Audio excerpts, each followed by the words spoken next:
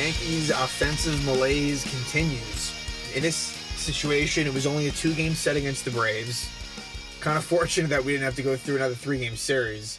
The Yankees do get the split, and the pitching was mostly good in these 2 games. And except for a few instances this year, I would say, generally speaking, the pitching has been good enough.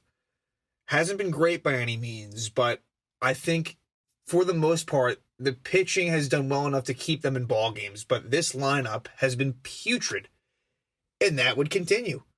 It basically seems like they're getting about 5 hits a night.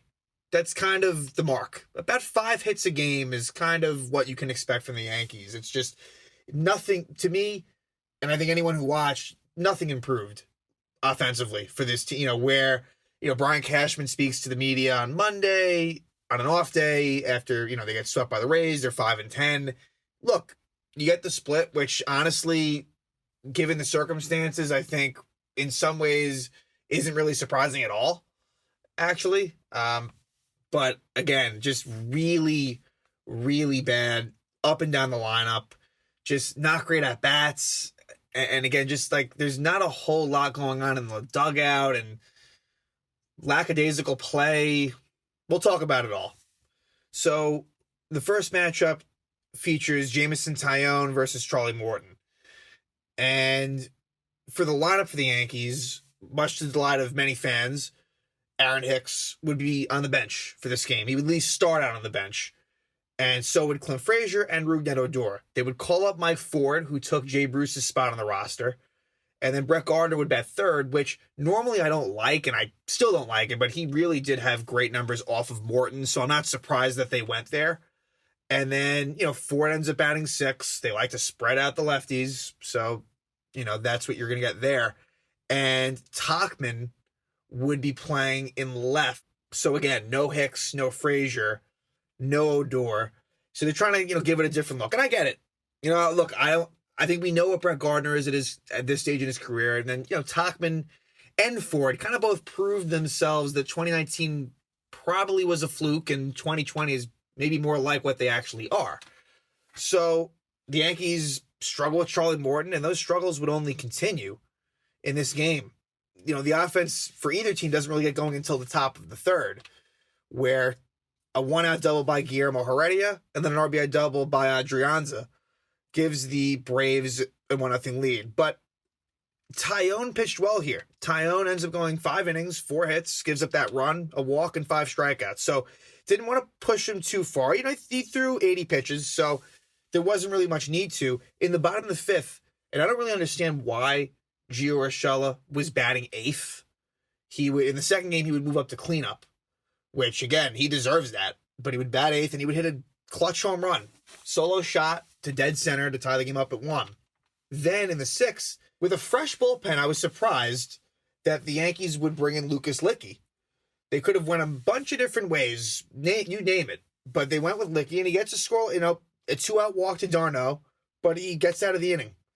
What would surprise me further was that he would start the top of the 7th. So again, none of this comes back to bite them, but it was surprising. He starts the 7th. Pablo Sandoval's a switch hitter, and they would prefer to have Sandoval bat right. But I would have Chad Green would eventually come in. I would have just went with Chad Green. I don't really care that. I'd rather have Chad Green versus Sandoval as a lefty than Licky, with Sandoval as a righty. And what do you know? He walks Sandoval, which is usually a bad omen to start the inning. Licky's taken out of the game. Green comes in, strikes out Swanson. Riley would single. Then, unfortunately, an infield single for Guillermo Heredia. Not Green's fault. Bases loaded. He strikes out Adrianza, so that's a big strikeout. And then comes Justin Wilson in the game to face Freddie Freeman for the lefty-lefty matchup. And what I thought was risky about that at the time was that Justin Wilson is someone who is kind of Mr. Full Count, where, he's prone to the walk. And it's risky. First batter he faces, bases loaded. And, in fact, Freeman, takes a ball, and then on the 1-0, hits a pretty hard smash to LeMahieu, and they get the out. So I did not really agree with a lot of the decisions that were made there, but it ends up working out. So, the Yankees continue their struggles. And in the top of the 8th, Jonathan Loaizaga works around a hit by pitch to start the inning, gets a double play, gets a strikeout, and then we go to the bottom of the eighth. Tyler Matzik comes in the game. He's a left-handed pitcher, and Aaron Hicks pinch hits for Tachman and works a 4-pitch leadoff walk. That's basically as much as you're going to get from Aaron Hicks. I think, he is someone who draws walks. We weren't even seeing that early on. Now you're at least seeing that again. I'm not a fan of the guy. I think that he's overrated in terms of like the way the Yankees organization views him, but he did get this leadoff walk, which was important. Then LeMahieu gets a single. Then Judge gets a single. So, okay, bases loaded, no outs. They bring in the righty. Clint Frazier pinch hits for Gardner, which then necessitates them to bring in a righty, Nate Jones. And what do you know? The Yankees take the lead on a wild pitch. Basically, that was going to be more or less the only way they were going to score there. So they get the wild pitch, and then Clint Frazier pops out. He doesn't get the run in. Giancarlo Stanton would be intentionally walked. Gleyber Torres ends up hitting a shallow fly to center. Run doesn't score. So two guys right there who at that point had 1 RBI combined between Frazier and Torres. 1. Then Mike Ford draws a 4-pitch walk. So that's the insurance one. And then Gary Sanchez would fly out. So they make it 3-1. Chapman comes in the 9th, strikes out a couple. Then he walks Austin Riley, and then Guillermo Heredia pops out. And Mike Ford makes a nice play in foul territory. It was a good play. He gets to it. The Yankees win 3-1. And at that point, you're thinking, all right, well, any way they can get it. But it still felt like to be like, all right, the lineup still didn't really do much of anything. Even in that 8th inning where they took the lead, they really didn't get it done. The Braves just messed up. So the Yankees win that game 3-1, like I said. And, good to see. Good things to take out of that game was, Tyone in particular. And, Urshela had a good game as well. And they rally, the 8th inning, they muster up a nice rally. And, when you do that, sometimes that necessitates, the other team making a mistake. And that's exactly what happened. So let's jump to game 2. Game 2 would be Ian Anderson against Corey Kluber. Anderson last year in his one outing against the Yankees was really good. In fact, I think he was throwing a no-hitter, and then I think Luke Voigt might have homered to break that up last year. He was pitching really well, and he was good just in general last year. He's a good young arm with, a lot of potential. But he's not been great this year, and neither had Morton going into their outings. Kluber had been struggling, similar to Tyone, and I thought Kluber in this game held his own for the most part. My expectations for Corey Kluber are not too high. And I think that I don't think it's going to be a great situation this year for him, but he kept him in the game. I don't even know if I'd call it running out of gas towards the end. He just, eventually he was throwing up zeros, but just, couldn't keep it the whole time. And I think with Kluber, seems like he's had a tough time putting players away, and then also the propensity for walks I don't love either. Sometimes he just flat out loses the zone, and what he was known for was having that pinpoint accuracy, and he doesn't really seem to have that, at least not now. In this game, lineup-wise, they move Urshela up to the cleanup spot, which was good to see. Hicks and Frazier would return to the lineup, Hicks batting 7th, which is the lowest we've seen him all season, and then Frazier batting 9th, so no real complaints with this lineup for the most part. But yeah, this was just another really, really poor offensive performance. Just to kind of go through it inning by inning, they get a 1-out single by Gleyber Torres in the 2nd. I just want to say this about Torres. I think really, really disappointed with what he's been doing this year. Later in the game, he would have a check swing ground out, and he really didn't even run it out. That's just the way he plays, though. He kind of reminds me of Robinson Cano in that sense, where just running in the field, that's the way he plays. He doesn't look like he exerts full effort. And Gleyber Torres is down to 186, or I shouldn't even say down, he improved. He went 1 for 4, so he's actually up to 186. I think we really need to start evaluating what Gleyber Torres has done. Again, it's been a while now where this guy just isn't producing. And I think the organization, front office, needs to be, first off, like scratching, shaking their heads as far as what's going on here. And I don't know what the solution is, but he stands out as someone that's really been a major disappointment in terms of expectations. So in that inning, Torres gets that 1-out single. He would move to 2nd on a ground out by Mike Ford, and then Aaron Hicks would draw a walk. So, again, like to see that. And then Gary Sanchez strikes out swinging. So Sanchez tonight gets the hat trick and strikeouts, 0 for 3, 3 strikeouts. He would draw a walk. He's already down to 200. So any thoughts of Gary Sanchez turning things around? He won't. I don't need, don't waste your time. Because he hit those 2 home runs in the first 2 games, it gave him time for fans not to be mad at him, and combined with the fact that the rest of his teammates have been terrible. So, but don't you worry. Gary will eventually find his way back into the spotlight as someone who is just not going to perform.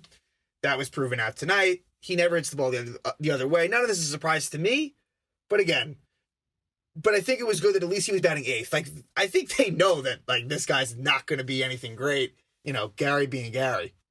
Moving ahead, and nothing really significant happens here. Well, Gio Urshela gets an infield single to start the 4th, and of course, Gleyber Torres, it's a little weak ground out, forces Urshela out at second, and then a couple of flyouts to end that inning. Then the 5th is where Kluber runs into some issues. And Sandoval singles, Swanson strikes out, Riley walks, and he was ahead of Riley. He was ahead of Riley 0-2, so that was a bad walk. Then he walks Heredia. So you see that he's losing the zone. Bases loaded, 1 out, and then Adrianza hits a sac fly. Then he walks Freeman on 4 pitches, and he's taken out of the game, and they replace him with Nick Nelson. And I just think, I didn't like that at the time. He's going up against Marcell Ozuna. Like, that's a situation where maybe you give Darren O'Day a go, like as a righty specialist, or even Luis Sessa, who I have more faith in than Nelson. Just did not love that move, and it could have ended up worse. He walks Ozuna on 4 pitches. Like, not all that surprising. But then luckily he does strike out Travis d'Arnaud. So in some ways, I felt like they came away from that fortunate. But, again, Anderson's basically cruising along here. Gio Urshela would ground into a double play in the bottom of the 6th. Judge would lead off with a single, Stanton would fly out, and then Urshela hits a double play. And it seemed like it was lack of hustle, but we find out later on that he would leave the game with lower back tightness. And apparently they're not doing any tests on him. They're saying it's day-to-day, but you don't want to see that when Gio has been one of the better players to this point in the season. So you never know. Maybe he's in the lineup tomorrow, but certainly would not surprise me if he's on the shelf, at least in the interim. Then the defensive issues become a problem again, just because this is how it goes. In the 7th inning, Luis Sessa replaces Nick Nelson. I feel like Sessa has been on the bad end of some really shoddy defense behind him. Leading off, Austin Riley hits a pop to shallow right, and it's really windy. And you can see, like, as this is happening, this is not going to be good. So Ford is kind of going back. Judge is coming in really lazily, and it drops in between them. So I think blame goes to both. But I think Judge wasn't really getting as much criticism as I think he should have there. He kind of was just lollygagging in. I think if he goes in a little bit harder, I think maybe he can make that play. So drops in for a single. Next play, broken bat little looper by Guillermo Heredia to second. And LeMahieu gets, everyone's safe. LeMahieu probably should have got the out at first at least. He was charged with an error, and deservedly so. It wasn't an easy play, but there you go. First and second, no outs. Then a sacrifice bunt by Adrianza. Freddie Freeman is intentionally walked, so now bases loaded, 1 out, and Marcell Ozuna hits what maybe could have been a double play, but it was hit a little bit too weak. So run scores, makes it 3-0, and then d'Arnaud grounds out. So that's the thing where a run definitely should not have scored. And at this point, you're thinking, there's no way they're coming back. I mean, honestly, you kind of felt that way when it was 2-0 earlier, but 3-0, forget about it. 7th inning is where they get their biggest rally. Torres, like I said, had that soft ground out to the catcher, didn't hustle, par for the course for Gleyber. Mike Ford gets a single. Aaron strikes out. Here's the Boo Birds. Then Gary Sanchez walks. Then Clint Frazier walks, and they bring in the lefty AJ Minter for DJ LeMahieu, who ends up who grounds out to third. And tonight LeMahieu would go 0 for 5. We hold DJ LeMahieu to a high standard, at least I do. And this year it's been a disappointment. I think he has been arguably their best player, but that's not setting the bar. We're talking about a very, his competition isn't great. So would like to see DJ come through a little bit more in these big spots. And he's been in a lot of them. I'd say more than anyone. It kind of feels like DJ has been in the biggest situations, and he's the guy that you would want up there.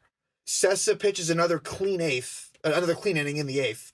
Judge gets leadoff walk in the bottom of the 8th, and Giancarlo Stanton, strikes out. So Stanton, hears the boos, deservedly so, struggles continue, and then, Odor flies out, he replaces Urshela, and then Torres flies out.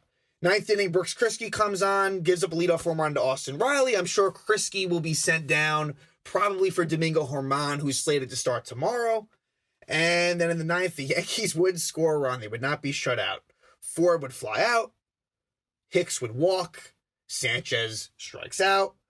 Hicks advances to second on defensive indifference. And then Clint Frazier, which hopefully this gets him going. Clint had a long drought of not getting, RBIs and just he was like one for his last, I want to say 27, 28, something really bad.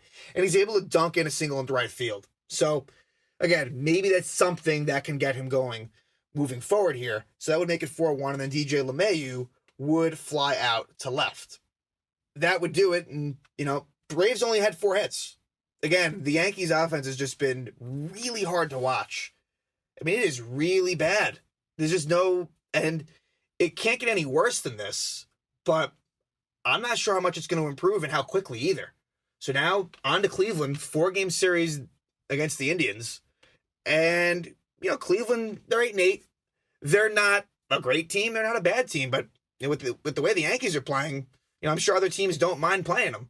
One interesting matchup this weekend is going to be, as of now, Cole versus Bieber in the 3rd game on Saturday. That's going to be a rematch of last year's, I guess we'd call it was the best of 3 series. I guess it'd be considered like the wild card round. I don't know what it was termed exactly, and the Yankees really beat up Bieber badly. And that was surprising then. And I would not expect the same this time around, but that certainly will be, considering it's a Yankee game and these have been tough games to watch, that's like must-see TV. So, you got Germán going the first game, then it's Montgomery, then it is Cole, and then I would think Sunday, they haven't announced yet, but I would think it'd be Tyone. So with this Cleveland series, really, realistically, I mean, you'd love to win 3 out of 4. I just don't see how, with the way they're playing right now, you got to settle for just splitting and just kind of treading water here and not having it get any worse. Because time is on their side in the standing sense of it. Like, that isn't the problem here. It's just they split these 2 games, and I don't feel any better about the team. It's nothing to do with the record. It's just a joke what is going on, and they just seem stale and flat. Maybe getting away from Yankee Stadium will help. I have my doubts, but maybe I'll be proven wrong. And we'll see what happens in this 4-game set at Cleveland as they hit the road for an 8-game road stand.